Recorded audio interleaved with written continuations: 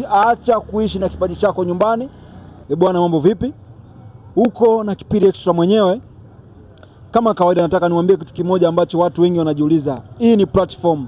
Wewe kama una kipaji, una talent yoyote, njoo uonyeshe kipaji. Huenda wewe uliko una kipaji lakini hauna platform ya kuweza kuonyesha kipaji chako. Lakini wewe mtangazaji, wewe mchambuzi, wewe mwanamuziki, wewe mchekeshaji, wewe comedian, wewe mwigizaji, huenda una kipaji uliko kijini kwenu, huko mtaani kwako, lakini una platform yoyote, njoo. Kipili Extra ni platform ambayo itaweza kupeleka duniani, na watu wakikubali tutakutana huko duniani. Unapomwona Kipili Extra, jua umeona platform ya kuweza kusaidia wewe Mtanzania, wewe kijana, wewe binti, wewe mama, wewe bibi.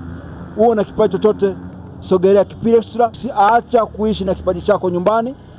Kipaji ni mali, kipaji ni utajiri. Njoo onyeshe kipaji chako ndani ya Kipili Extra, ndani ya platform ambayo hautaweza kulipia chochote. Ni wewe tu kuonyesha kipaji chako, tukutane duniani. Ulikuwa na mimi Kipili Extra. Hala.